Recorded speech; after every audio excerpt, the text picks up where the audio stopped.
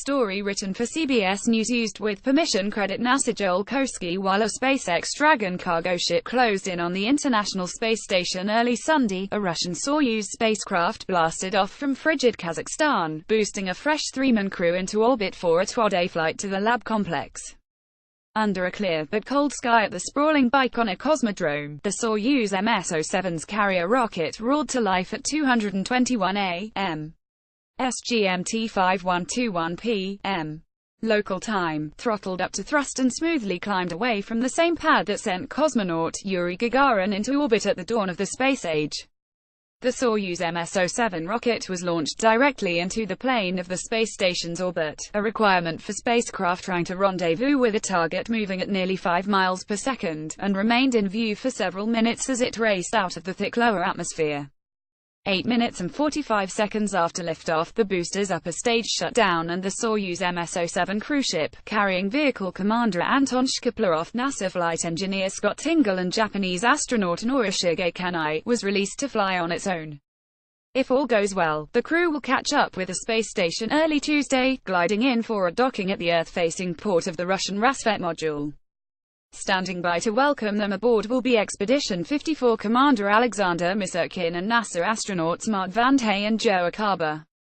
They've had the station to themselves since this past Thursday when 3 other crew members, Soyuz MS-05 Commander Sergei Ryazansky, NASA flight engineer Randy Bresnik and European Space Agency astronaut Paolo Nespoli, returned to Earth after a 139-day mission.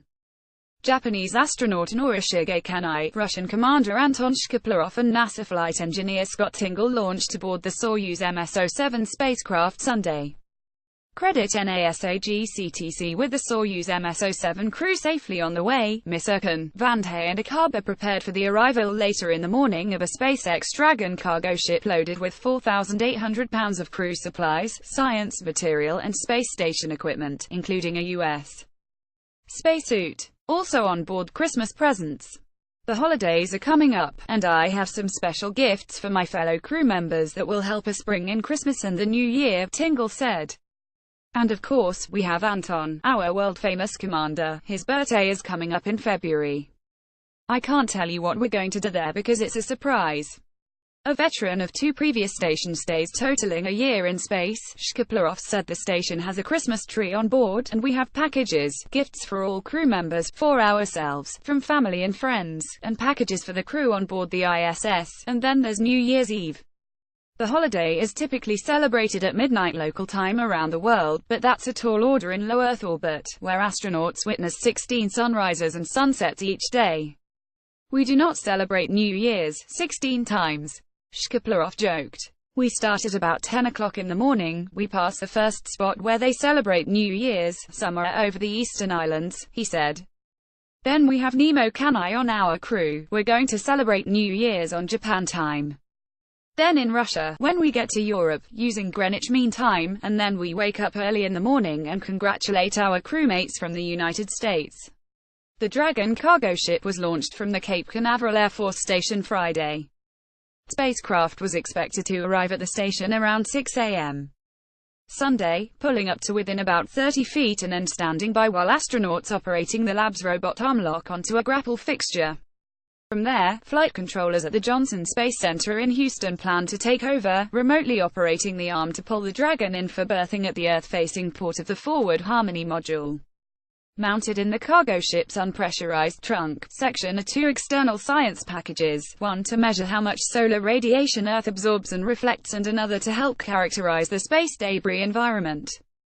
They will be pulled out later by the station's robot arm and mounted on the station's power truss. Packed in the capsule's pressurized compartment, the section accessible by the crew, are nearly 1,000 pounds of crew supplies, nearly 2,900 pounds of science material, a NASA spacesuit, space station hardware and computer components. 40 mice are on board for research to learn more about muscle atrophy. Another experiment will test a technique for manufacturing ultra-sensitive optical fibers in microgravity, and another will focus on a material that can improve how broken bones heal and bond to metal implants. A beer giant Budweiser is sponsoring an experiment to learn more about how microgravity affects barley seeds, touting the research as a first step toward learning how to brew beer on Mars. At any given time, there's on the order of 250 experiments that are happening on board the space station. Tingle said. It's a very busy laboratory. Some of the specific human research that I'll be working on includes a look at the spine. When we get in space, our spines extend a little bit, and so we're trying to see what the big impacts are. We also take a lot of blood, a lot of urine, a lot of fluids to try to see what's going on within humans when they get into space. He also will take part in an experiment to remotely control a robot in Germany from his perch 250 miles up aboard the space station. The one experiment I'm really looking forward to is operating the robot named Justin in Munich, Tingle said. This program is set up to simulate operating a robot on the Mars surface as our space vehicle is orbiting Mars so that we can explore before we actually put boots on the ground. So we'll be trying to control a robot in Munich with a controller up on the International Space Station to simulate that entire process. I think that's some really cool operational research. Along with this slate of experiments, 2 NASA spacewalks are planned Jan. 23 and 27 to continue ongoing work to replace the grapple-like hand on one end of the station's robot arm. A Russian Progress cargo ship is set to arrive Feb. 11 and the Soyuz MS-06 crew, Miss Erkan, Vandhay and Akaba, plans to return to Earth February 27 U.S. time. Shkaplerov and his crewmates originally planned to fly home April 18. But Russian mission managers have decided to extend their stay in orbit until June 3.